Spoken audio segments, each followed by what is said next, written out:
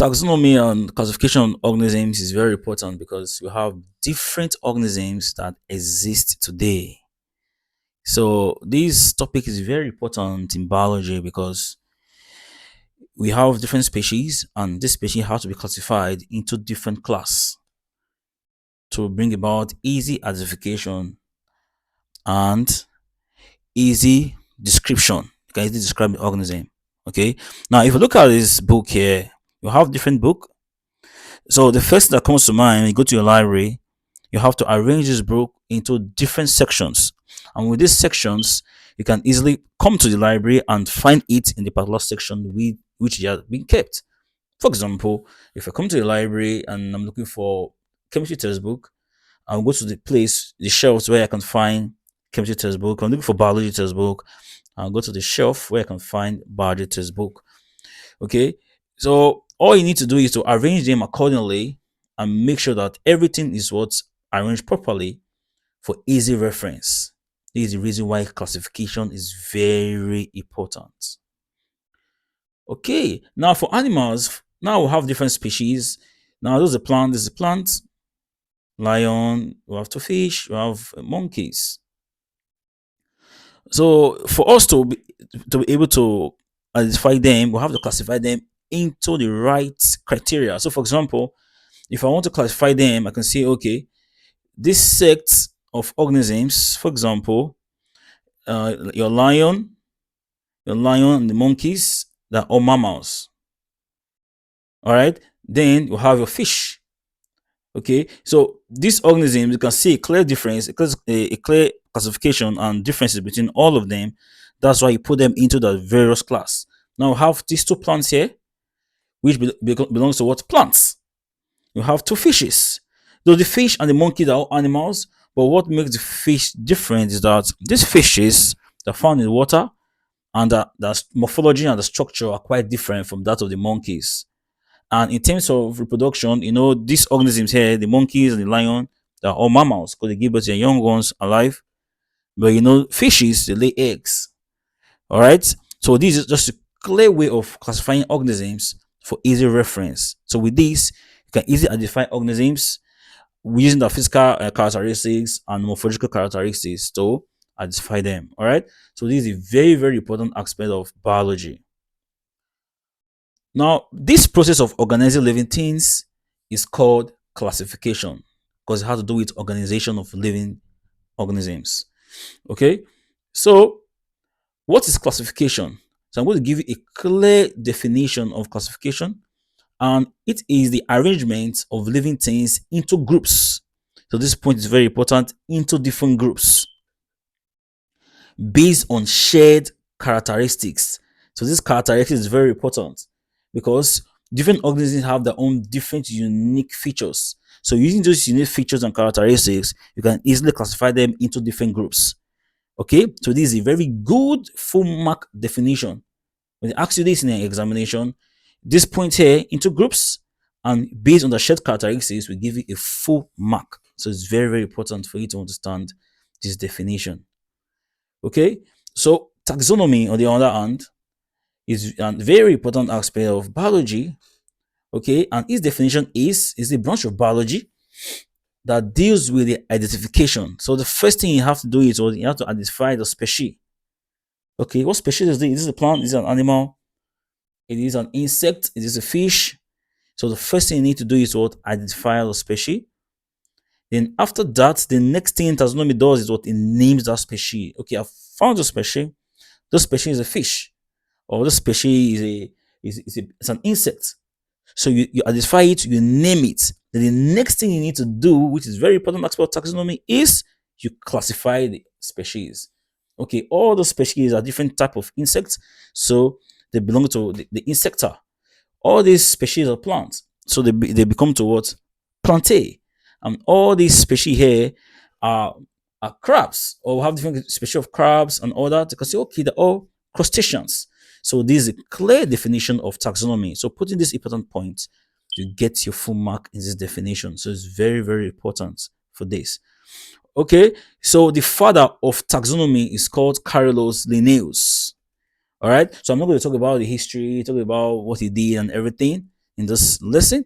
But to go further, I will explain what he did.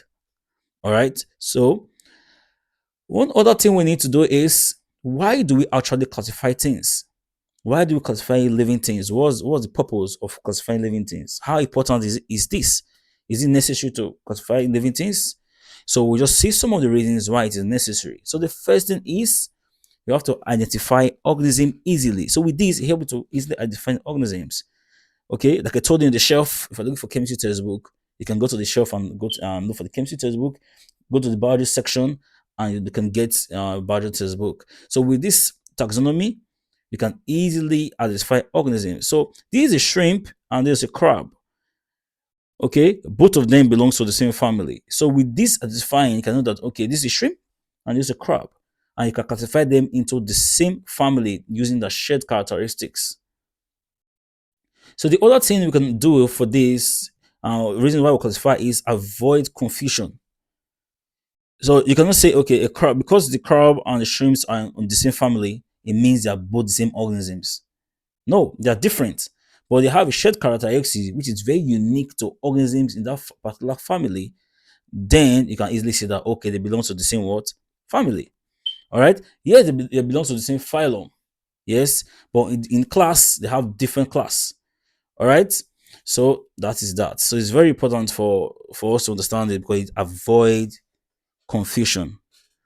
Okay, so the next thing is you have your understanding the relationship.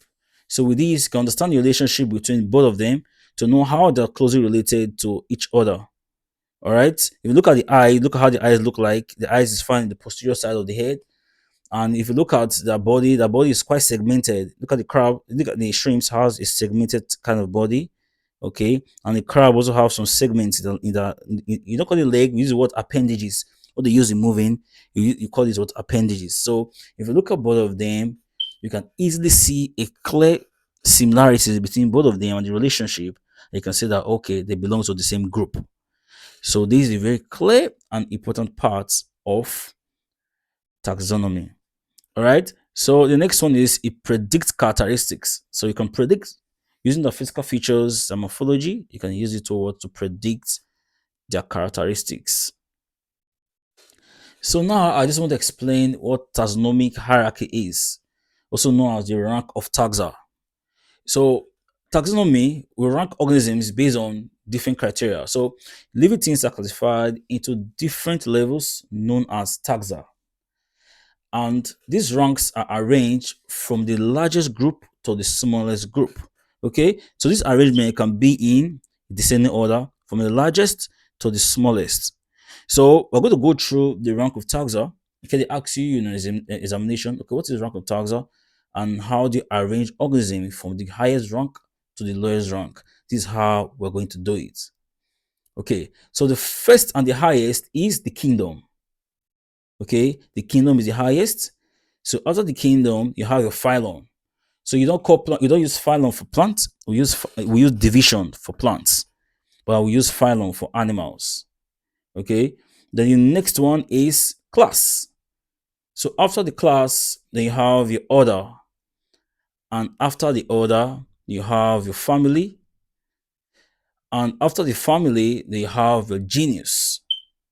Then after the genus, then you have your species, which is the least member in the hierarchy. Okay. So one easy way for us to really remember this in case of an exam, there's an easy mnemonic that you can use. You can use King Philip came over for good soup. So this is a very nice mnemonic. King Philip came over for good soup. And this represents king is kingdom, then Philip is phylum, the came is class, over is order, for family, good for genus, and soup for species.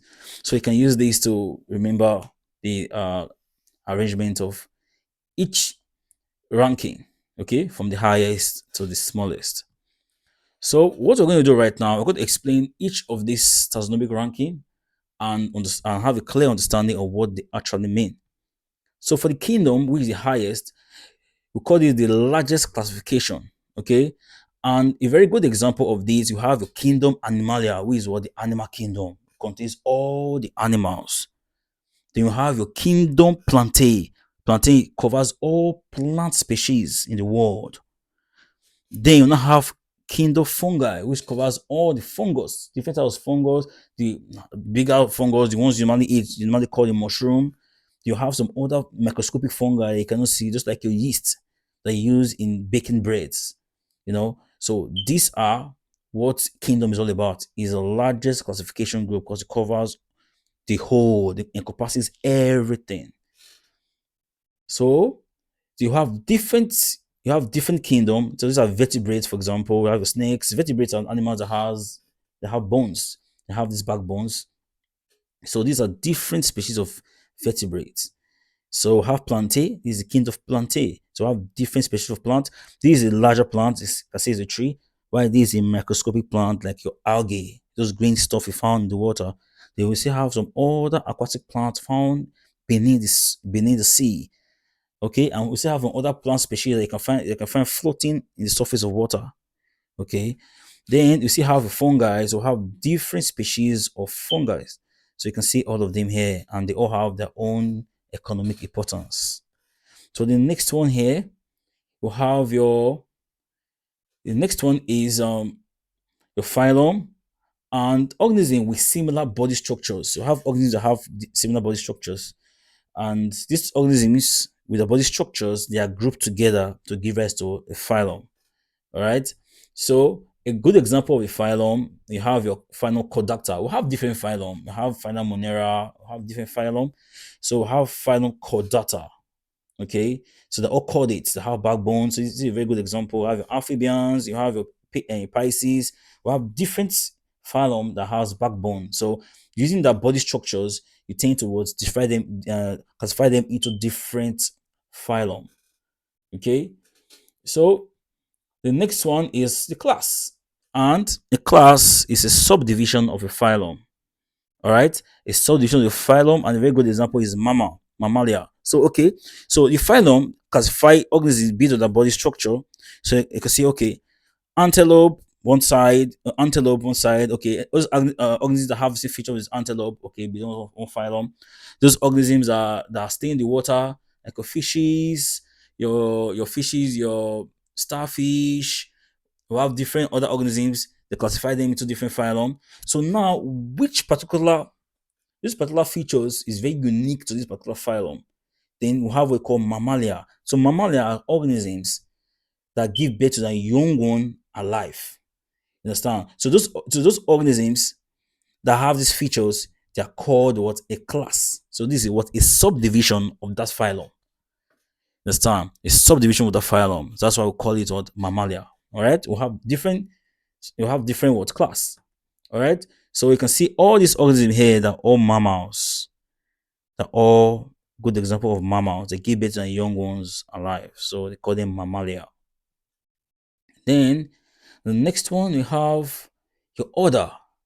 The order, these are related class and are divided into different orders. And a good example of this is primates. Okay, now your rats cannot be a primate. A rat is a mammals. But out of all these mammals, you have some species that have unique features called the primates. For example, you see this organism like your monkeys, your gorilla. You see them; they can stand erect like humans. They have digits. They have digits like humans. They have the foot like humans. So they have this clear characteristics like that of humans, very close to. You can see they have fur on the skin, just like similar to the skin, just like the hairs we have on the skin, which is very what similar. All right. So because of this clear features they possess, we call them primates.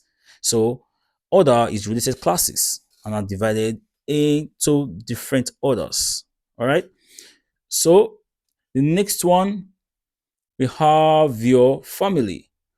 Now, because a certain set of species have these clear characteristics, they are grouped into what family. So related orders are grouped into families. Okay, so you have family like if you say family, let me use a plant family. You have the plant farm like your grasses. For example, your grasses. You have your wheat, your barley, your oats, they all belong to the same family because they have clear features of all of them. They have the same clear features. And with this, you can see that, okay, they belong to the family Poaceae. It's called Poaceae. That's a family for grasses. Okay. Because of the similar features they have, they all belong to the family Poaceae. All right. So you still have other plant species that belong to different family. You have thousands of families of plants. Animals, you have different families of animal. For example, we have rats. You have rats. You have rabbits. They all belong to the same family. The difference between both of them is, okay, one is bigger, the other one is smaller. This one can have a larger ear, the other one can have a smaller ear. But if you look at them from afar, they look exactly almost the same. So they belong towards the same family. So a good example is what the hominidae, just like for your gorillas, they look alike. You can see they look alike, so they're all hominidae. All right. They have some other family like Felidae. So Felidae is still a type of family that belongs to animals. So the next one is the genus. So genus, these are closely related species which belong to the same genus. So they're closely related. For example, we have Homo. Just like human beings, we call us Homo sapien. So Homo is called the genus called the generic name. It's just like your surname. For example, you can ask James John. So James is your first name, John is your second name. So your surname is the Homo. So Homo is kind of your surname. All right. And most species like humans, they belong towards Homo. So don't get it twisted with this picture. This is kind of a very funny looking picture. But human being, we are Homo sapien. But the generic name is Homo. We just kind of like your surname. Okay. Then the last one here, we have the species. And this species, they are the smallest units of classification. And members of the same species can interbreed and produce fertile offspring, which means each member of the species can interbreed, give rise to new individual that will continue from their existence, and we'll have a lot of species from that individual. Okay. And a very good example will have what the Homo sapiens. So this is a complete from the genus that was just Homo, but the species we have what the Homo sapiens. So that's how we have you see we have something like Homo sapiens, Homo erectus. So Homo is they all covers what the same genus but with different species. The same genus Homo but different species sapiens. Okay, so it is just a clear difference between all of them. So don't get it twisted. They said that a human being was originated from animals, from gorilla or stuff like that. I don't really believe that, but this is a major focus human. So human is what Homo sapiens. All right. So this is kind of a misconception because I don't believe that I come from an ape. It's not possible. Never. And they come from ape. All right. So this is Homo sapiens for human. So Homo here is the generic name, while sapiens is what the specific name. So the full species, we call it Homo sapiens. So Homo is just like the surname, while sapiens is just like the species name. Okay, so this is a very clear explanation of all. All right, so just a kind of roundup of everything. I just will give you a very good example of classification using human as the case study here. So these are the rank, and this is the human classification. So for the kingdom, you have your Animalia. For the phylum, you have your Chordata. Okay. Then class, Mammalia, because we are all mammals. You give birth to young ones alive. Then the order, you have your primates. Your primates, you have digits, you have hairs in the body, we stand erect and all. Then the family, Hominidae. Then the genus, Homo. And why the species is what? Sapiens. Okay. So at this point, this is the last thing I'm going to discuss here in the lesson, and we're going to discuss more other stuff as we go further. All right. So this is just an introduction to classification of organisms.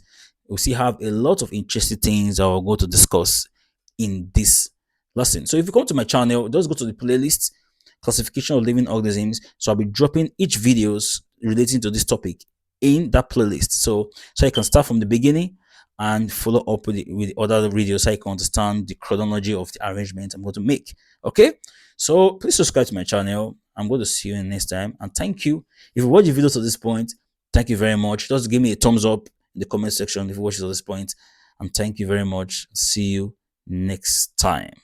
Bye.